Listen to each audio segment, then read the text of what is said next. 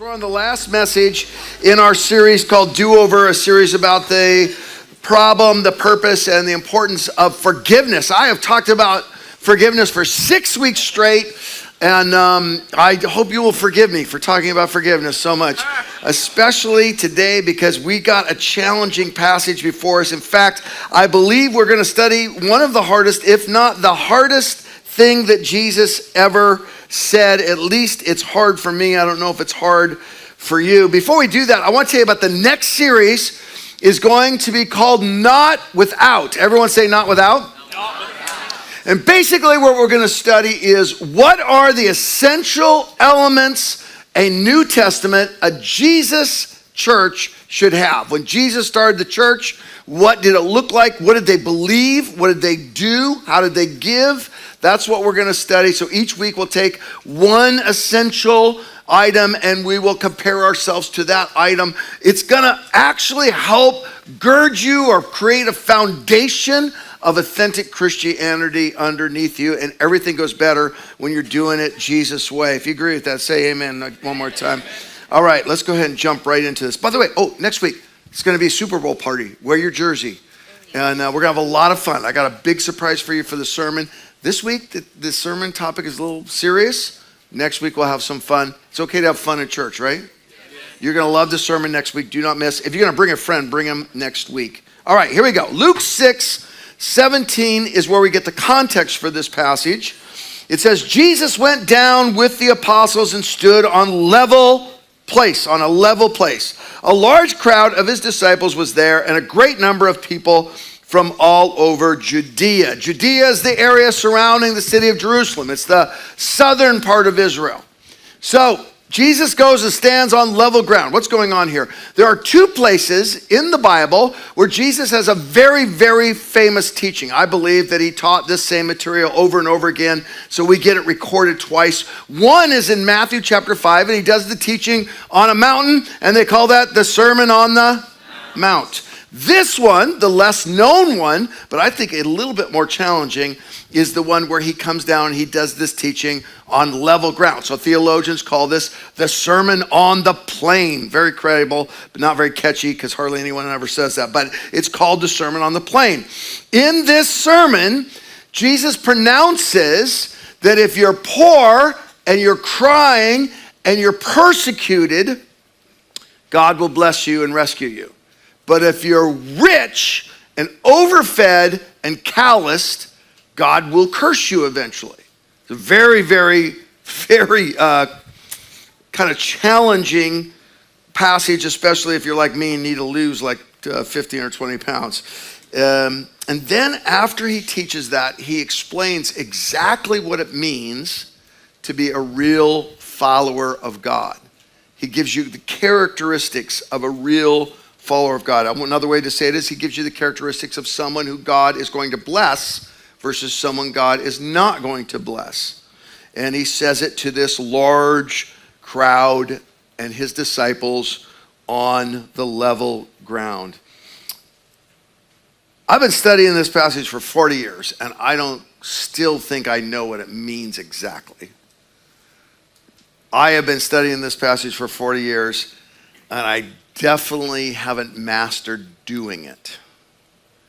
But I don't think you can call yourself a Jesus follower without taking it very, very seriously and doing your best to say, Jesus, am I being what you describe in this famous teaching? Verse 27, you guys ready? Yeah. But to you who are listening, I say, love your enemies. Do good to those who hate you. Bless those who curse you. Pray for those who mistreat you. If someone slaps you on the cheek, turn to them the other also. Now, why this is hard is because if you read it without understanding some of the context, what you can read here is Jesus' teaching, let people walk over the top of you. You can even understand this as enable evildoing by rewarding it with love and kindness. But is that what he's teaching? Let's ask some questions. First of all, who is the you? He says, to you who are listening, who is the you? The you is the very poor people of Judea. Most Jewish people were subsistence farmers. They really were more than farmers because they didn't have jobs like we have jobs. So we say, I'm going to go be a teacher, or I'm going to go be a doctor, a lawyer, construction. They didn't have one job. They did whatever it took to get food into their food stores. And so they would fish in the middle of the night, usually around 3 a.m. They would farm during the day. Everyone farmed. And then most of them had some sort of craft that they could trade for things as well, because their challenge was getting enough to live, just to live. Winter was the worst time. So that's who he's talking to. During this time, Herod the Great, his sons are in charge of Judea, and Herod was great at building things. Therefore, the economy kind of prospered under Herod, but now the economy is ruined. It's in a very, very impoverished time. So he's talking to really poor Jewish subsistent farmers and fishermen. Now, who are the enemies that he refers to? He says, love your enemies. When they heard him teach this, they knew exactly who he's talking about. It wasn't just a general sort of like, whoever doesn't like you. The enemies were threefold. They were, first of all, the Roman occupiers. Israel is occupied by a military force, and this military force charges them 30 to 50% taxes. 50% of what you made to just live, to have enough food, the Romans would come and take it. The Romans also said if a soldier asked, you had to carry their backpack and their equipment for a mile. Some of you have heard Jesus teach, if someone tells you to walk a mile, walk two. That's what he's meaning. That law that you had to carry a Roman soldier's backpack for a mile. They could get you to drop everything and have you come and work on their building project. They conscripted labor and didn't pay you. They're just like, give up your farm. We don't care if your crops die. Come, we want you to build this or this or this thing that we're building. And often they would just come in and they would steal your food. When the Romans came in, if they were hungry, they'd take your food, nothing you could do about it. Now, that wasn't the only enemy, though. There was a bunch of people that were Roman allies. They were not Romans themselves, but they were Roman allies. A good example of this would be Herod the Great and his sons, the other Herods. He was what's called a client king. In other words, the Romans paid him to be king of the Jewish people, even though Herod, the king of the Jews, was not Jewish. He was married to a Jewish woman. He was just a guy that the Romans could get that would keep the order. This is why, if you remember at Jesus' death, he's got to go to the Jewish authorities and be tried by them. Then he's got to go to the Roman authorities and be tried by them. And then he went to Herod's son, and he was tried 3 different times by all 3 of those authorities. So you have the Roman allies. And then the final ones you have is the Jewish collaborators. Some of the Jewish population said, we're going to side with the Romans, and we're going to benefit from that. The Sadducees were a group of that. Some people on the high council were like that. The most famous example of an enemy that was Jewish would be a tax collector. So the Romans wouldn't come and get your money. They would hire Jewish people to be traitors to their own people. They would come, knock on your door. And let's say that Rome was charging 20%. They would collect 30 or 40 and then keep the rest. And everyone knew that they were charging too much. This is what makes it amazing that when Jesus picks his apostles, which is in this same chapter, spends a whole night praying of all the disciples, who should be my 12 main guys. It's amazing that Jesus picks as one of them a traitor who's Matthew the tax collector. Jesus is literally doing this teaching by saying, you know, Matthew, I'm going to promote you even though you're a greedy betrayer.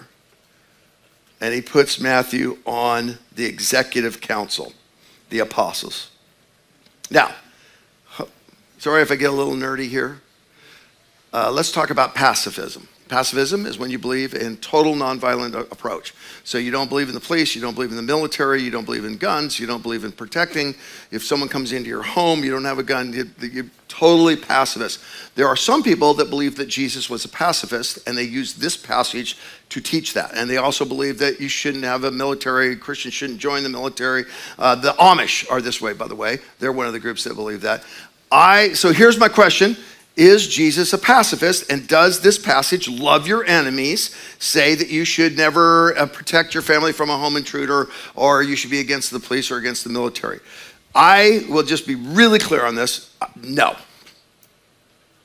That's not what Jesus is teaching here. Jesus made a whip, went into the temple, kicked over the tables, and whipped a few people. So if that's pacifist, Jesus was a bad pacifist. What does he mean? I think he means something harder than pacifism. I think Jesus means something here that actually is at the heart of what causes people to have a police force and a military. It's the fundamental thing in our souls that when it happens, our response to it is really what escalates into all the problems we have in our culture. Let's look at verse 29 again. If someone slaps you on the cheek, turn to them the other also. Usually this is interpreted, if someone slaps you, just let them slap you and slap you and slap you and slap you. But does that mean that? Zach, come up here. You're going to help me. Everyone, this is our intern, Zach. Everyone say hi to Zach. Zach, you're a young Jewish boy, okay? All right. Why are you backing away, Zach? I'm scared. Just stand right there. Okay. In the Near East culture, by the way, there's a great book out there by Kenneth E. Bailey called Jesus Through Middle Eastern Eyes, where he explains a lot of this cultural stuff that we need to know to really understand the teaching of Jesus. So one of the things he teaches is that it was absolutely a sign that I was your superior, that I was your master, if instead of punching you, I slapped you. When I slap you, that means you're below me. So when Jesus teaches, if someone should I actually slap you? Yeah, sure. No. Zach, after all this time working with me, you think I'm going to really slap you? No, but you should. Oh, Jesus, help him. I'm not going to actually slap him. But if I did slap him, what Zach should now do, not turn the other cheek, means just keep slapping me. Balling up my fist or slapping him means I'm fighting back. What Zach should do is turn this cheek and say, no, you're not allowed to slap me. You have to punch me if you were going to fight. Why? Because whenever I balled my fist and fought this way, I'm saying you're my peer. So what Jesus is saying, go ahead, give it up for Zach, would you? What Jesus is saying is that we have two toxic responses to humiliation. This passage is about not nonviolence, but it's about how you handle insult, how you handle when your ego is humiliated, how you take offense. And what he's saying is, when someone says, I'm your superior, you are not to be passive and just let them beat you and beat you and beat you. No, you're to turn the other cheek and say, we are not master and slave. And so you're to stand your ground. Here's what we do as humans. Many of us, you talk to counselors, they'll tell you all this time, they're in an abusive relationship and they're frozen. They're so hurt, so harmful that they can't get out. People say, why didn't you tell someone? Why didn't you get help? Why? Well, sometimes when you're getting hit, you can't think right and you just keep getting hit. Or, here's what happens. We get in a humiliated situation where someone's humiliated us and we punch back, and we punch back hard. In fact, some of us have been hurt so much when we anticipate someone might slap us, we punch them first. And what Jesus is saying is neither of those responses is what a true follower of Christ does. A true follower of Christ turns the other cheek and says, you will respect me and I will not stand down. How do you and I do this in our internet-saturated, over-offended, broken world? Let's try to figure it out together. I'm going to tell you the softball story. This is why this is important. I used to play softball. Anyone here play any softball before? I played Jack and Jill softball. You know what that is? That means men and women play on the same team against another team of men and women. There was a tournament in my dad and mom's hometown, Brewster, Washington, and the tournament was a Jack and Jill tournament. I have two brothers that played college ball, one that could have if he had the right grades, and they all married women that were really, really good and athletic at softball. And so every year we played in this tournament, and a lot of years we would win this tournament. And it was my job and Kelly's job in this tournament to do one thing. I had one job, and it was to collect keys because everyone was drunk. I don't know if you know this, but softball and drunk go together really well, and a lot of beer consumed. If you don't know that, I'm so proud of the way you've lived your life so far. So we'd just be there, and we'd be the people that kept everyone. One weekend, I'm preaching at this church of 2,000 people, and I'm killing it, guys. I am doing so good. I mean, it's amazing. I'm preaching on humility, and everyone loves it, and I'm just doing, I'm killed. I know, it's an old joke, but it's a good one. No, seriously, the pastor loved it. It was like I came out of that weekend going, man, something's going on here. God's really using me. This is pretty cool. I'm very spiritual. I felt that.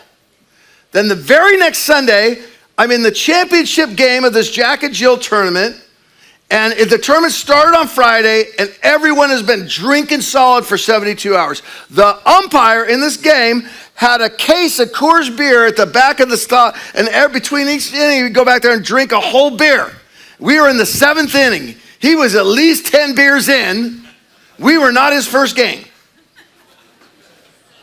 My brother Chris was in charge at that point of a communication satellite station, and it had about half the town were its employees, and they had a big layoff, and he had just laid off like 50, 60 people from this place, and about 10 or 15 of them played on the team that we were playing against, and both my family's team and their team was just too much drinking, lots of drinking. My brother Chris, the guy that laid everyone off, he's on first base. My brother Craig hits a grounder at the shortstop. My brother Chris goes into second base, and he goes what we call in baseball, cleats up, and he just takes out the shortstop, just tackles him, and it's horrible, dirty play, and this guy gets up and just punches my brother right in the face. Both benches just clear. Everyone runs out there and just starts just a brawl. I mean, just fist punching brawl, horrible, violent brawl. And I'm sitting here thinking, man, last weekend, I was so spiritual. I have no idea what to do right now. Do I go out there and fight? If I don't, my brothers will call me a coward. Do I stay here and watch them get beat up and then say, Jesus told me to watch you get beat up? And then I was like, and then my mom got up, 70-year-old mom, and she goes into the melee, and I'm like, okay, there's got to be some Bible verse out there. I don't know where it is. It says, thou shalt follow your mom into the melee to protect her honor in thine kingdom or something. There had to be some verse like this. So I start following my mom thinking, I'm not going to punch anyone. I'm not going to do anything violent or stupid or immature. I'm just going to protect my mom. And she kind of gets lost in the melee, and I'm kind of, people are kicking, and it's horrible, cussing and bad. And I finally see her, and I grab her by the shoulders, and I try to bring her back just a little bit. And I come forward as I'm doing so she could see me. And just then this lady just rounds around, and she misses my mom, and then just ticks my nose. Just. And I looked right at her, and I wanted to punch a woman in the face. Her face was so punchable.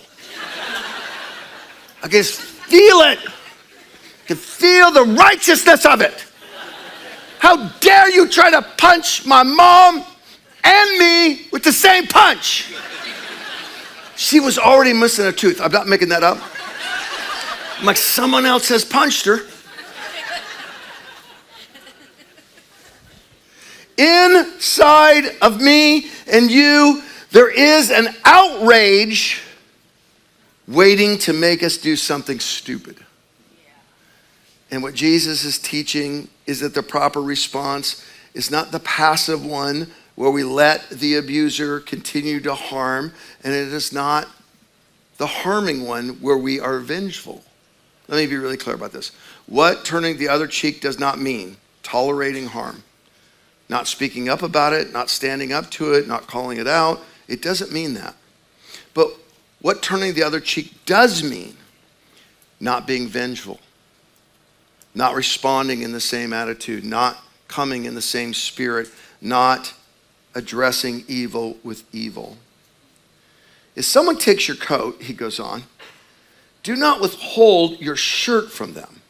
Give to everyone who asks you, and if anyone takes what belongs to you, do not demand it back. Okay, so here's another little cultural thing. Poor people only had two pieces of clothing. One was like a tunic. It was a long shirt, went about down to here. Underneath that was a loin, what we call underwear. And then on top they had a cloak. And so he says, if someone takes your cloak, you're supposed to take your tunic off and just be in your underwear and hand them your shirt, because that's all you got. Okay, Zach, you're going to help me again. I'm joking. Sit down. Sit down. Sit down. By the way, men, if you're over 35, you should never have your shirt off in public. Let's just help each other out, okay? Okay, here's what Kenneth Bailey, the great narration scholar, says. In their culture, if you were to go bare-chested as a man, that would be very embarrassing, but the embarrassment is not on you for not having a shirt. The embarrassment is on whoever did that to you. It was such a taboo. If you made someone have to do that, it would shame the person that did that. That person would be seen as mean, evil, a bully, wrong. Okay?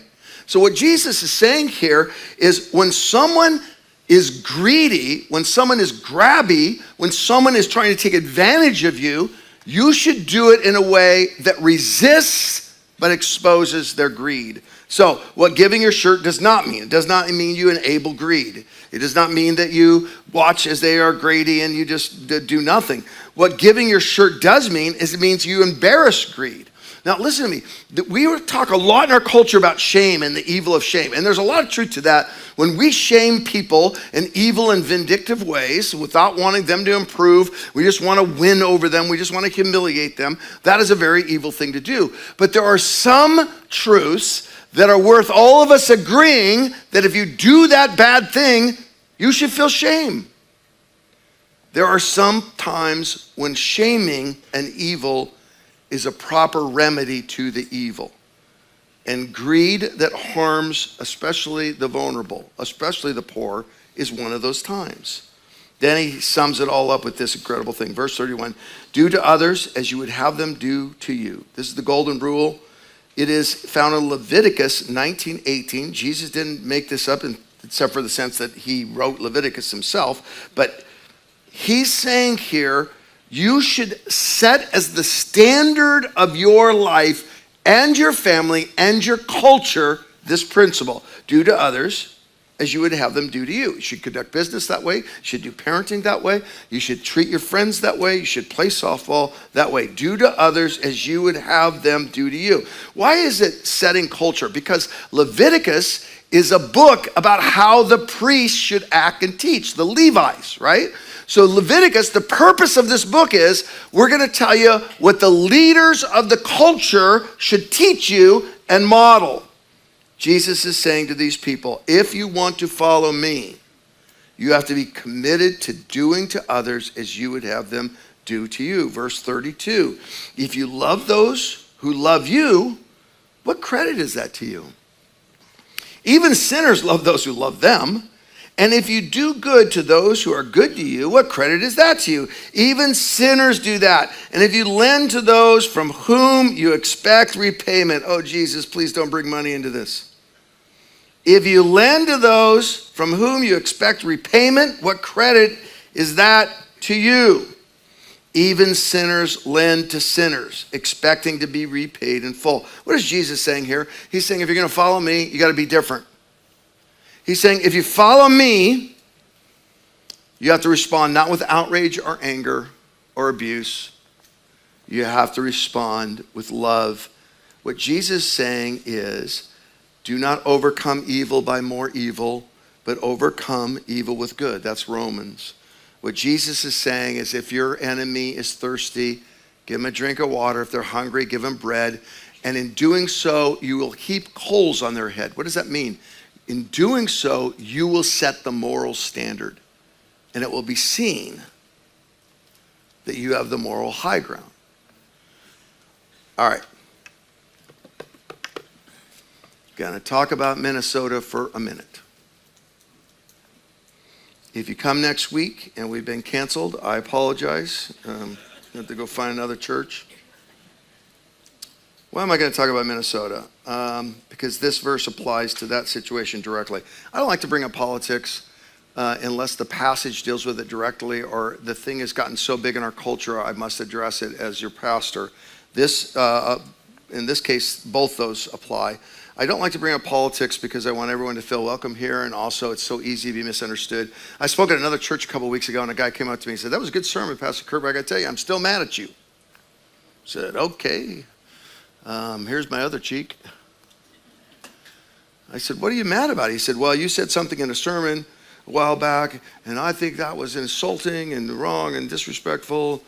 And I said, "What did I say?" And he told me what I said, and I'm like, "Oh, I'm so sorry I was not clearer, but you misunderstood that. You misunderstood who I was talking about. You misunderstood why I said it." And I kind of drew the lines for him and showed him where he had made his mistake. And he said, "I'm still mad at you, though." He wanted to be mad at me. You know, outrage is so easy, you guys. Outrage is so easy. And by the way, it doesn't achieve anything you want it to achieve. In fact, the people you're outraged at are becoming more convinced that they're right every moment you're outraged at them. There has never been a post ever, please hear me, that has ever changed anyone's mind. And the more outraged the post is, the more it convinces your enemies that they're right. It's really how it works. We barely can change each other's mind when we're dialoguing, let alone when we're tweeting and texting and posting and videoing. I had two friends that believed exactly the opposite of what the church should do with COVID. Exactly the opposite. And they both made videos to post to tell everyone else that they were doing it wrong. And these are two good guys, and we all make these mistakes, but it was during a time when everyone was sending me clips of different people saying what their opinion, what the church should do. And by the way, if you're ever out there and you see a clip and you think, "Oh, I wonder if Pastor Kurt has seen this clip," the answer is yes, I have. Don't send it. I got this clip of one of these guys, and I got a clip of the other guy. They're both pastors here in California, and I got them on the same day from two other people. I said, "Did you see this? Did you see what he posted?" And I tried to play them, and it just turns out that when I played them both, and neither of the sound would work. Something was wrong with the internet or whatever where my phone was. And so this is what both videos look like. I mean, two different opinions, but they looked identical. Both videos looked like this. And I was like, "I disagree with both of you, and I don't even know what you said." What is Jesus saying here? Let me be really clear. I'm not making any comment on any of the issues. What I'm saying here is the people that frustrate you the most in any situation, let's just take Minnesota, where it's very sad and very chaotic, and the tone is very destructive. Whoever in that situation frustrates you the most, that is who God is asking you to love and be kind to. That is who God is asking you to be gracious, loving, and maybe even listen to.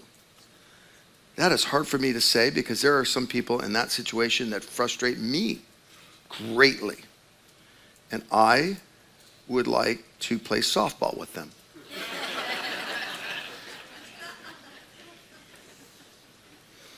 Don't get outraged. Love the sinner. Do good to the evil. And then Jesus goes even further. You ready for this? Don't you just wish Jesus would stop sometimes? 35, but love your enemies, do good to them, and lend to them without expecting to get anything back. You know what lending to people without expecting anything back is called? Giving. Just give to the people you hate, that frustrate you, that disagree with you, that don't understand. Give to them.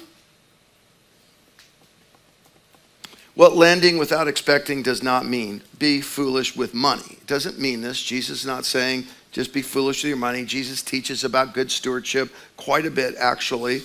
What lending without expectation does mean, it means do good, not because a person is good, but because God is good. Do good for good. Good is the right strategy. You know how to change people to your point of view? Do good. Do you know how to get people to improve and become more honorable? Do good. Do you know how to have less enemies? Give to your enemies. Do good, because good is the only thing that works. Then he summarizes it. Then, when you give to people you don't like, then after you've turned your cheek to them, after you've given them your shirt and you're standing in your underwear, and after you give them money without wanting the money back, then your reward will be great and you will be children of the Most High. Now we read that phrase and we think, oh, it's so nice, I'm gonna have a father who loves me. That is true, that's part of what it's saying. But what they heard as first century farmers was this: if I will love my enemies, then I will get into God's will and I will inherit God's wealth and God's household and God's protection. My Father will become the Father.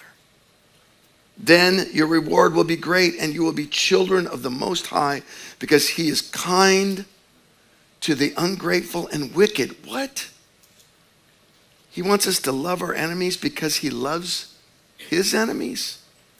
Verse 36, be merciful just as your Father is merciful. Applications. Okay, let's get to these. Number one, respond to harm without harming. Respond to harm without harming. When someone says, you're my inferior, you do not respond with more harm.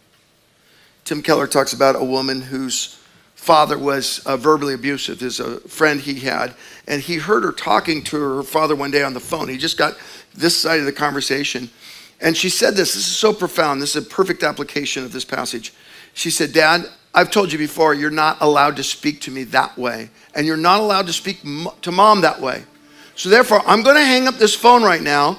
And tomorrow, I'm going to call you again. And I'm going to give you another chance to do right and be good. And she hung up the phone. What she's saying there is, I won't let you just slap me, but I'm not hitting you back. I'm refusing to use the language you've used on me.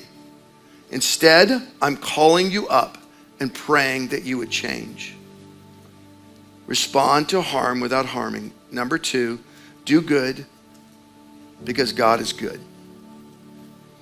If you do good only to those who are good, you will not do much good and you will be no good to any of us.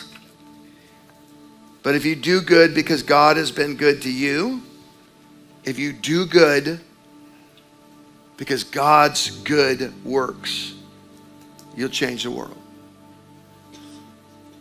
Man, this stuff is hard to understand sometimes. I know some of you have been hurt by some real enemies.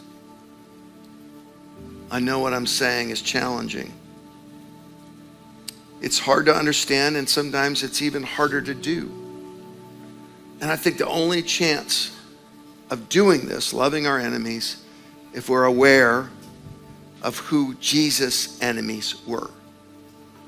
Jesus spoke 7 times from the cross. The cross was cruel because it suffocates you. It caused the weight of your body to fall on your diaphragm. And so every breath you took, you had to literally pull yourself up by the nails in your wrists and the nails in your ankles to fill your lungs with enough air to speak. 7 times from the cross, Jesus pulled on those nails and he pushed on those nails to get enough breath because he wanted to say something as he was dying in our place. I've had many friends that are skeptics, and one of the things I like to do with skeptics is I take them through the 7 statements from the cross. And it's so powerful. They'll be reading them and all their skepticism will start going away. And especially when they get to this one, they're like, oh no, I might have to consider this Jesus.